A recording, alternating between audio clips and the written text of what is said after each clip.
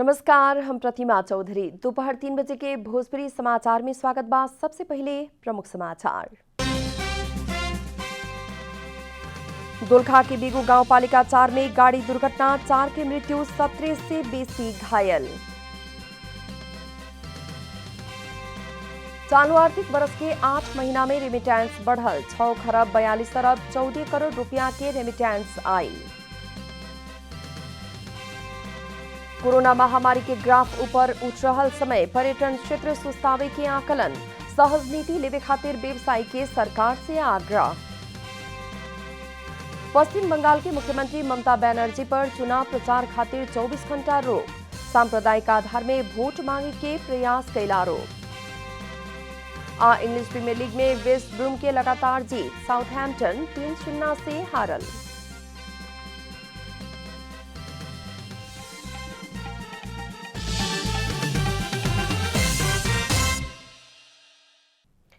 अब पूरा समाचार।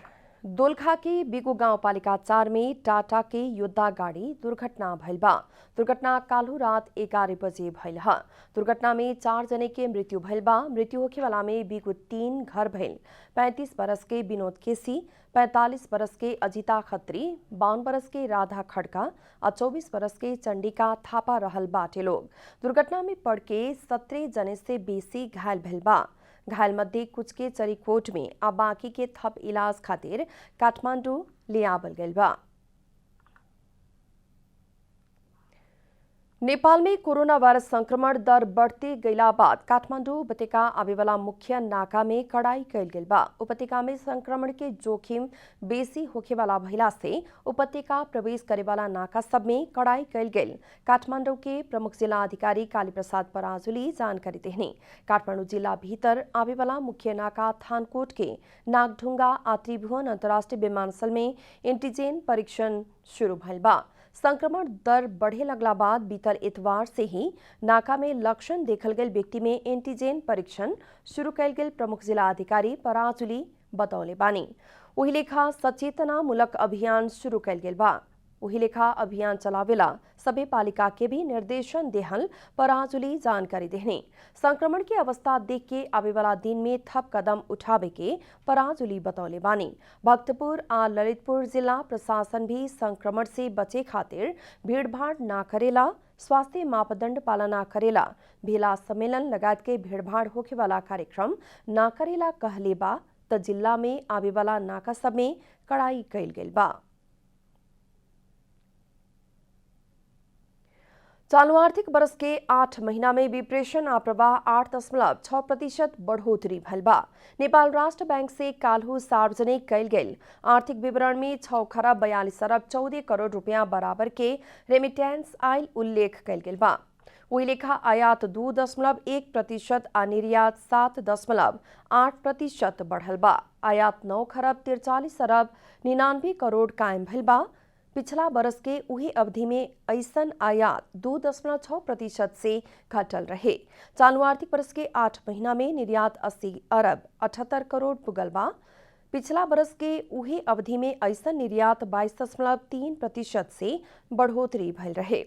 भारत आ अन्य देश तरफ निर्यात क्रमशः 11.3% आ 2% से बढ़ोतरी भइला पर चीन तरफ निर्यात 43.7% से कमी आयल बा। सोयाबीन तेल, अलैची, जूट के सामान, पश्मीना, धागा लगायत के वस्तु के निर्यात बढ़ल बा त पाम तेल, तैयारी पोशाक, जुत्ता तथा चप्पल, जस्ता पाता, तार, ऊनी गलैचा के निर्यात घटल बाटे। भोजपुरी समाचार में आप छोट विश्राम।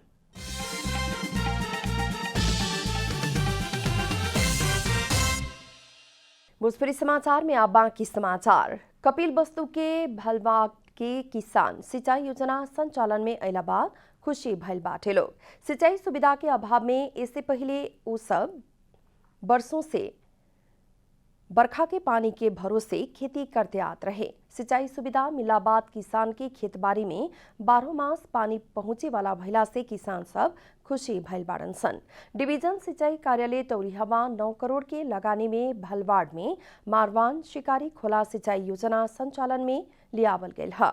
योजना संचालन में अइला बाद इस क्षेत्र के 9 से 62 बीघा जमीन सिंचित भइल बा। नेपाल में कोरोना संक्रमित सबके ग्राफ फेरू बढ़े लगला बाद पर्यटन क्षेत्र फेरू सुस्तावे के आकलन हो रहा बा। व्यवसायी सब कोरोना नियंत्रण संबंधी सहज नीति लेके पर्यटन क्षेत्र के चलायमान बनावेला सरकार से आग्रह कैले बा। नेपाल पर्यटन बोर्ड राजधानी में पर्यटन व्यवसायी सँगसँगै सम्बन्धित सरकारवाला सबसे बीच आजु के पर्यटन चुनौती और अवसर विषय अंतरक्रिया कार्यक्रम कैले बा। कार्यक्रम में पर्यटन व्यवसायी सब सरकार समक्ष कोरोना नियंत्रण के संदर्भ में कैल जाए वाला नीति व्यवसायिक हित अनुकूल सहज बनावेला आग्रह कैले बा। वैसे ही शिथिल बनल पर्यटन क्षेत्र कालू के अवस्था जैसन ही ऊपर उठाव के ना सकल कहत बजट के प्राथमिकता में पर्यटन क्षेत्र के राखे खातिर व्यवसायी सब सरकार के ध्यानाकर्षण करौले बा। उ सब राहत के माग करत अपन अपन क्षेत्र के समस्या उजागर करत समाधान के पहल कर देवे खातिर सरकार से आग्रह कैले बा। त्यो भारी पकाउनेहरूमा चाहिँ त्यो भ्याटको व्यवस्था चाहिँ कहिले नीतिगत रूपमा प्रष्ट नभएको बेला हामीलाई उठाइने त्यस्तो थियो। अहिले चाहिँ अब त्यो व्यवसाय पनि छैन, एकदम अप्ठ्यारो छ। कार्यक्रम में पर्यटन मंत्री भानुभक्त ढकाल आवेला बजट में पर्यटन क्षेत्र के प्राथमिकता के साथ आगे बढ़ावे के बतौले बानी। पर्यटन के बजट वृद्धि करके व्यवसायी के राहत दिलावे के पक्ष में अपना सब रहल उहाँ के कहनाम बा। यसचोटिको बजेटको प्राथमिकता हिजो कोरोनाले थङ्किलो बनाएको पर्यटन क्षेत्रलाई चाहिँ प्राथमिकताका साथ उद्धार गर्ने गरी अगाडि बढाउनुपर्छ। जुन अहिले बजेटको सिलिङ छ त्यसले यसको भावनाको प्रतिनिधित्व गर्न सक्दैन भन्ने कुरा सैद्धान्तिक रूपले मैले सम्माननीय प्रधानमन्त्रीज्यूसँग पनि यो विषयको बारेमा छलफल गरेको छु र उहाँ यो विषयमा मलाई लाग्छ सकारात्मक नै हुनुहुन्छ। कार्यक्रम में पर्यटन बोर्ड के प्रमुख कार्यकारी अधिकृत धनंजय रेग्मी पर्यटन क्षेत्र के मुख्य समस्या और समाधान बारे प्रस्तुति देहले रहने। इन्हें राष्ट्रीय योजना आयोग 15वां आवधिक योजना के लक्ष्य अनुरूप पर्यटन क्षेत्र के प्रवर्धन और पुनर्स्थान होके वाला हिसाब से नीति तथा कार्यक्रम आगे बढ़ावल जनौले बा। आन्तरिक पर्यटनलाई प्रमोट गरेर हुन्छ कि अथवा अरू कुनै प्रोटेक्टिभ मेजर्स प्रोटोकलहरू तयार गरेर हुन्छ।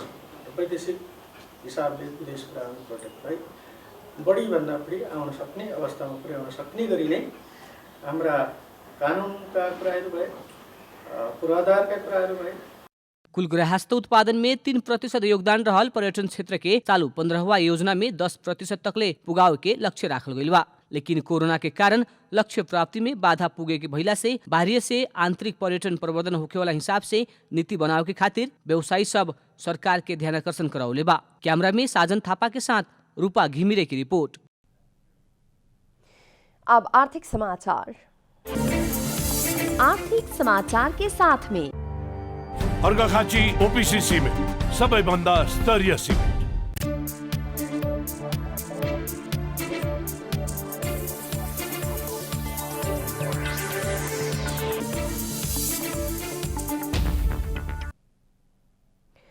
कंचनपुर में मौरी पालन व्यवसाय बढ़ रहा बा। विभिन्न समस्या के बावजूद भी मौरी पालन व्यवसाय तरफ युवा सबके ध्यान बढ़ रहा बा।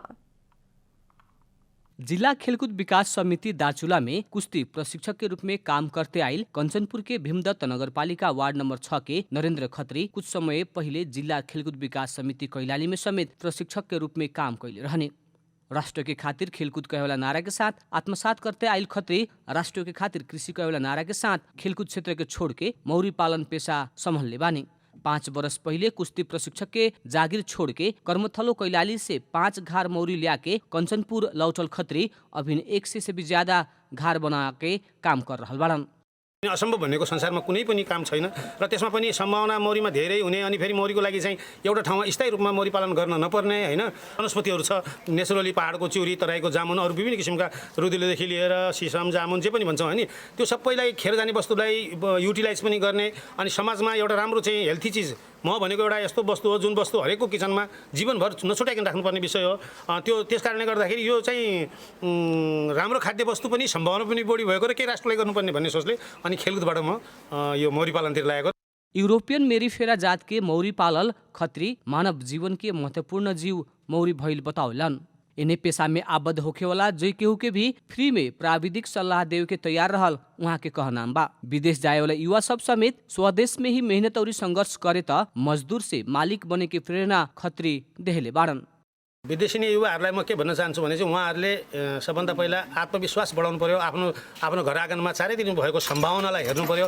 त्यो सम्भावनालाई हेरेर जस्तै म मौरी पालन मात्रै भन्दैन, कृषि पेसामा विविध सम्भावनाहरू छ हैन।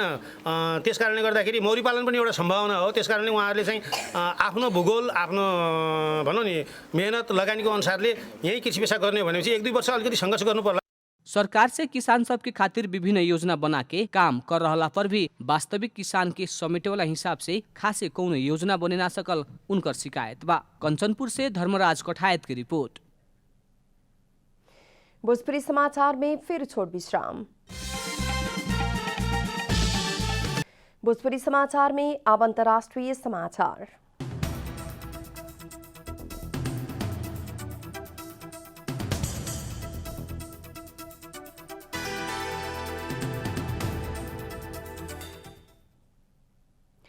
भारत के निर्वाचन आयोग पश्चिम बंगाल के मुख्यमंत्री ममता बनर्जी के चुनाव प्रचार खातिर 24 घंटा रोक लगौले बा। पश्चिम बंगाल के मुख्यमंत्री ममता बनर्जी चुनाव प्रचार के क्रम में भाषण के समय सांप्रदायिक आधार में वोट मांगे के प्रयास कैल आरोप बाटे। मुख्यमंत्री बनर्जी अल्पसंख्यक के एक होके अपना खातिर वोट करेला अपील कैले रहनी। उहे के आधार बनावत भारतीय जनता पार्टी भाजपा के नेता मुख्तार अब्बास नकवी चुनाव आयोग में ममता बनर्जी के विरुद्ध उजुरी कैले रहने। उनकर उजुरी के आधार में निर्वाचन आयोग मुख्यमंत्री बनर्जी के जवाब मंगले बा, लेकिन ममता बनर्जी निर्वाचन आयोग के कार्यवाही के विरोध कैले बानी। निर्वाचन आयोग के कार्यवाही अलोकतांत्रिक आ असंवैधानिक भइल मुख्यमंत्री बनर्जी के जिक्र बाटे। अब खेलकूद समाचार।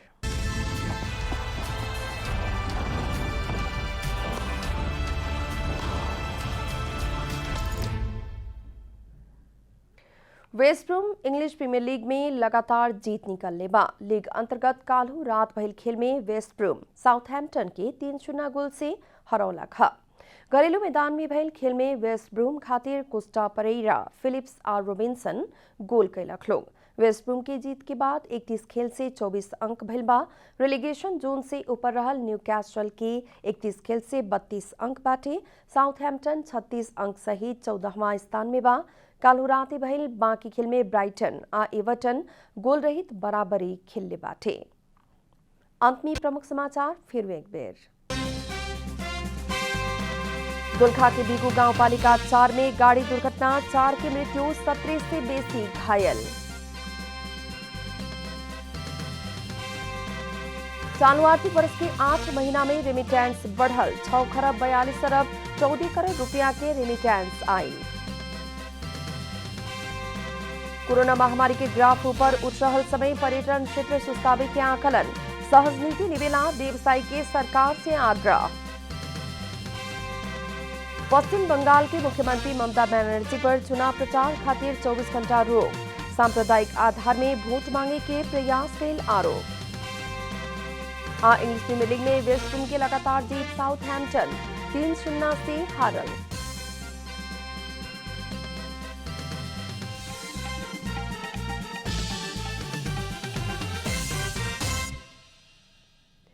भोजपुरी समाचार अभी खातिर इतना ही। जनता द्वारा जनता खातिर प्रसारित जनता टेलीविजन के कार्यक्रम सब यूट्यूब, ट्विटर, फेसबुक हमनी के वेबसाइट जनतासमाचार.com में भी पढ़ आ देख सकतानी लोग। सूचना में अपने के सहभागिता, समय में समाचार हमनी के प्रतिबद्धता। नमस्कार।